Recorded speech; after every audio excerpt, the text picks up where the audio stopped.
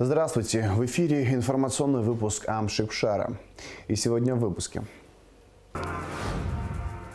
В ночь с 5 на 6 февраля Турцию и Сирию сотрясли два мощных землетрясения. Есть жертвы и пострадавшие. В АГУ обсудили концепцию проекта закона о регулировании правового статуса апарт-отелей и апартаментов. В Абхазию прибыла делегация Федерального агентства России по техническому регулированию и метрологии.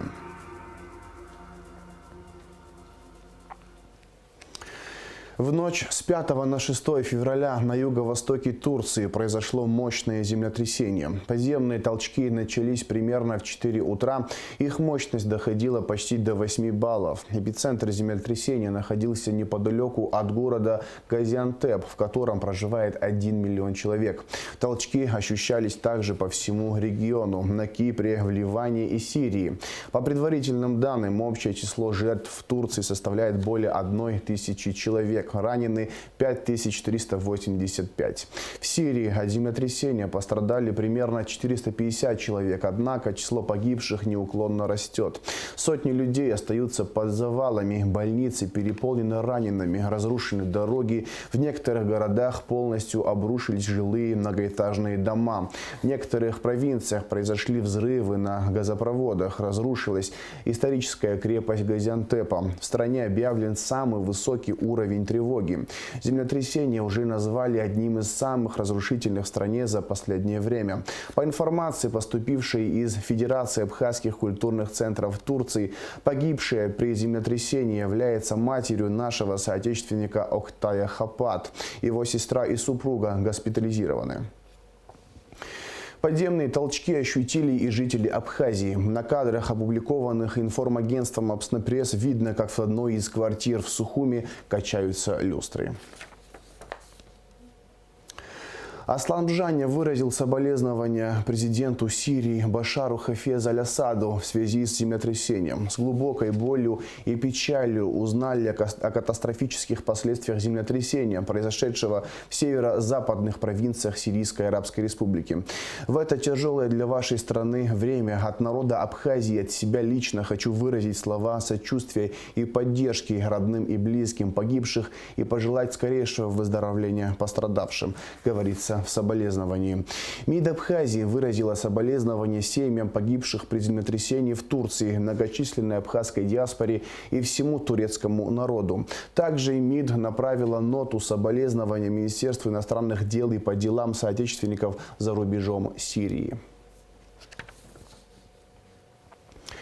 За мужество и отвагу, проявленные при защите прав населения Донбасса, 5 добровольцев Гадли Байракли Валерьянович, Андрусенко Олег Львович, Гадля Евгений Аполлонович, Лысенко Валерий Владимирович, Тванба Азамат Вячеславович награждены орденом мужества посмертно. Соответствующий указ подписал президент Аслан Бжаня. В АГУ состоялся круглый стол с представителями академического сообщества. Обсуждались концепция проекта закона о регулировании правового статуса апарт-отелей и апартаментов. В работе круглого стола приняли участие ректор АГУ Олег Огварами, руководитель администрации президента Республики Абхазия Джансух Нанба, министр юстиции Анри Барцец, заместитель министра туризма Астамур Барцец, представители профессорско-преподавательского состава университета.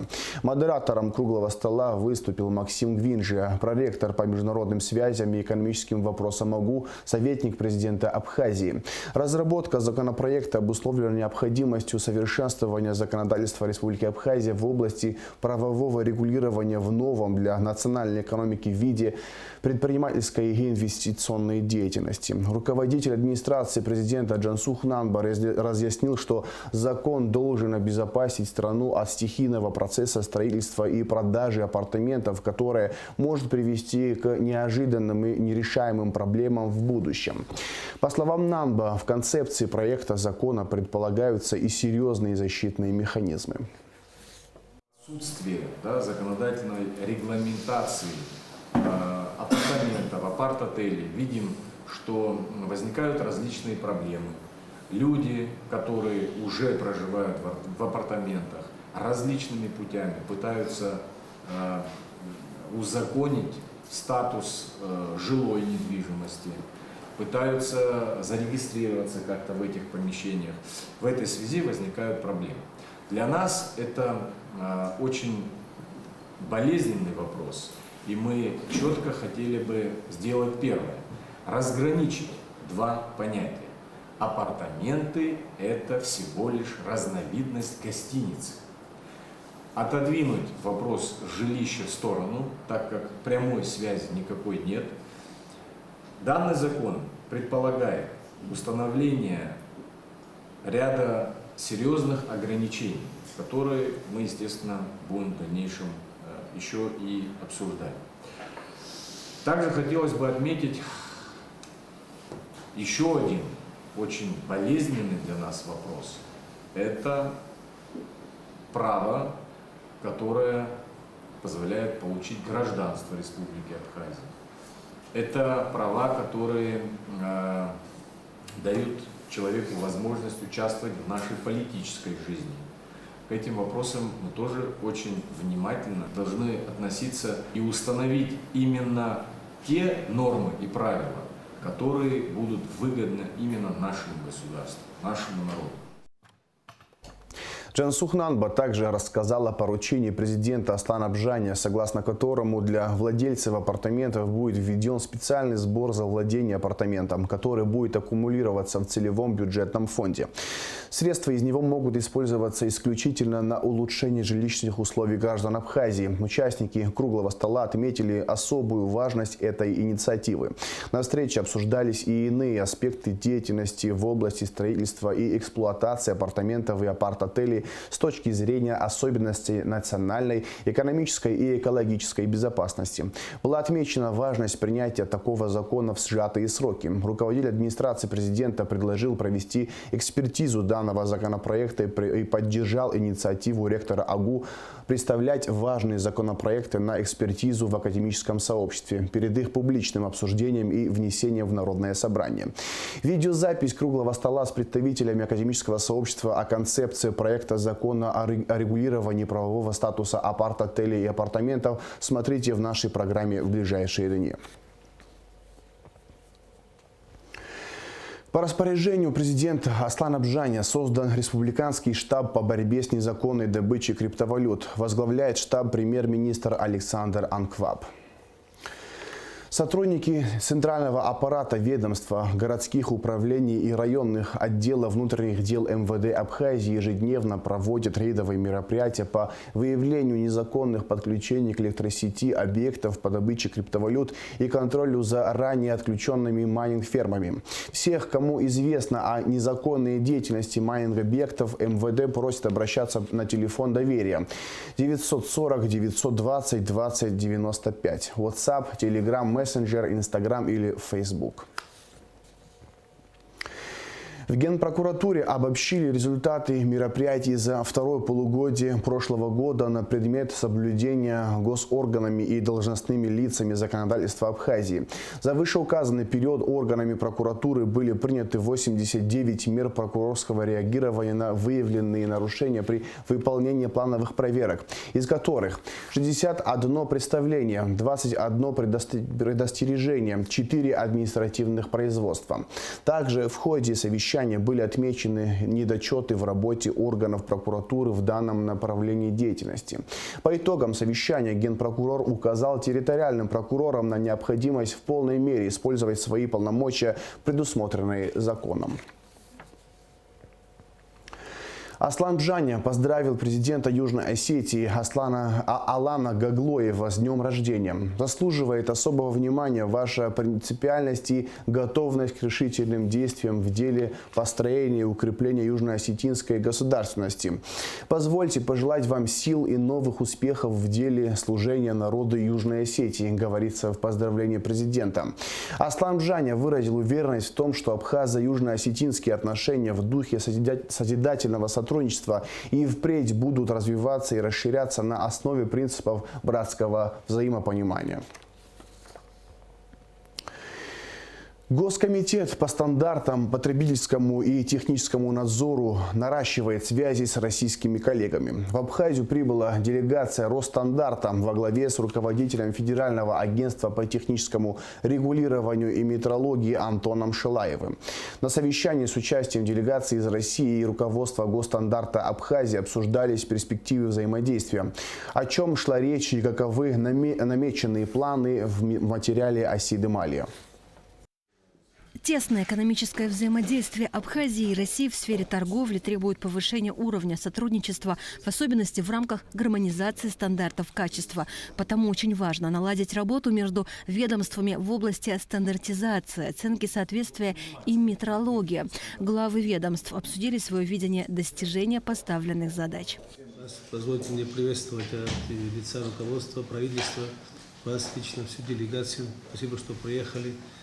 Я думаю, что то, что сегодня происходит, наша встреча, это продолжение того исполнения базового соглашения 2008 года между Республикой Абхазия и Российской Федерацией о взаимопомощи и сотрудничестве. И думаю, что вот то, что вы наметите сегодня и в дальнейшем будете сотрудничать, это первым долгом, в первую очередь, конечно, для Абхазии будет очень полезно. Поделиться опытом и рассказать о своих проблемах.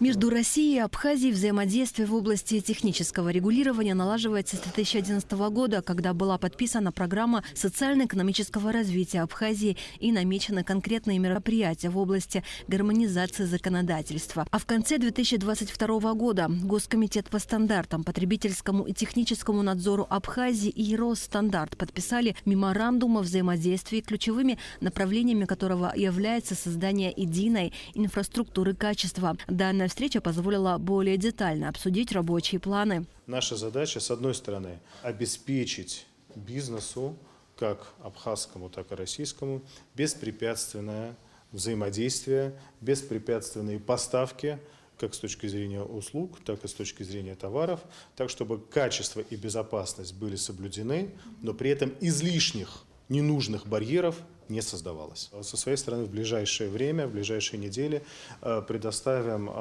Госстандарту Республики Абхазия полную базу данных, существующих в Российской Федерации стандартов ГОСТов актуальных. Вторая задача – это действительно обмен специалистами для того, чтобы проведение курсов повышения квалификации, использование Российской академии стандартизации, метрологии и сертификации, для того, чтобы помогать в обучении, в подготовке специалистов Республики Абхазия в области стандартизации, метрологии и сертификации. Но еще один важный момент. Мы договорились сегодня о работе по принципу одного окна.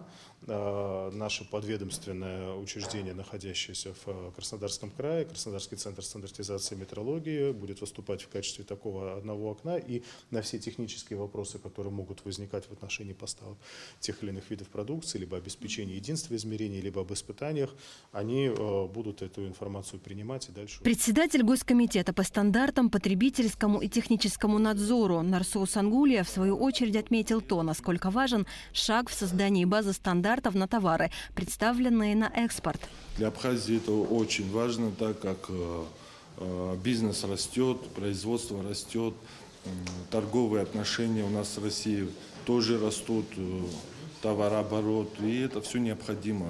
Таким образом, ближайшим шагом в реализации намеченных планов станет предоставление базы данных российских стандартов ГОСТов. Асида Малия, Алексей Баструков, Абхазское телевидение.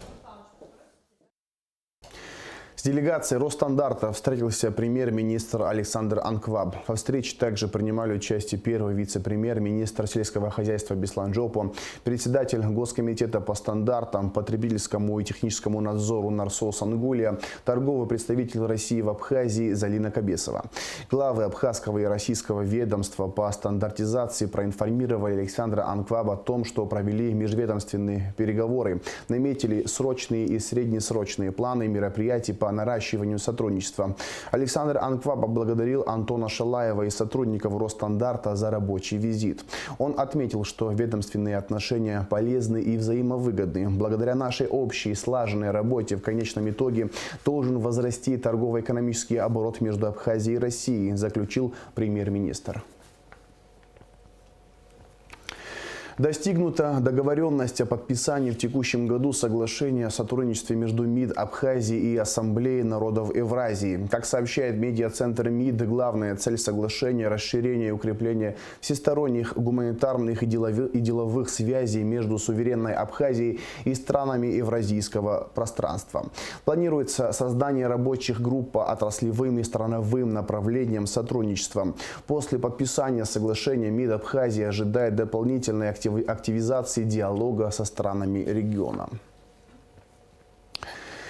Интернет-провайдер «Система» опровергает слухи, распространявшиеся в социальных сетях о том, что в целях сокрытия информации об уровне воды в Джвардском водохранилище на несколько дней отключили онлайн-камеру. В период с 3 по 6 февраля проводились технические работы на территории Ингургэс, повлиявшие на потерю связи онлайн-камер с нашими ресурсами.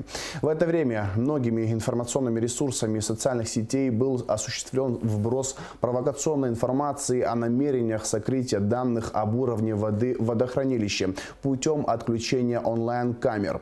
Мы опровергаем эту информацию и настоятельно просим руководителей и администраторов новостных ресурсов в социальных сетях, прежде чем публиковать у себя информацию, уточнять ее достоверность в источниках, имеющих прямое отношение к данной ситуации. Онлайн-камеры работают в штатном режиме. Работы по восстановлению связи с камерами завершены. Убедиться в этом могут все желающие, посетив наш ресурс «Апснекамера», сообщает «Система». 7 февраля в 12:00 в концертном зале Абхазского государственного драматического театра имени Самсона Чанба пройдет мастер-класс бас-гитариста Антона Давидянца и джазовой певицы Лауры Водяницкой. Принять участие в нем сможет любой желающий. Достаточно указать свою фамилию, имя и отчество в письме, которое нужно отправить по электронному адресу с темой «Мастер-класс». И в завершении выпуска расскажем о погоде. По сообщению гидрометцентра, во вторник, 7 февраля, на территории Абхазии ожидается облачная погода, временами дождь со снегом разной интенсивности, местами переходящий в снег. Температура воздуха ночью 0,5, днем 2,7 градусов тепла. Температура морской воды плюс 9 градусов.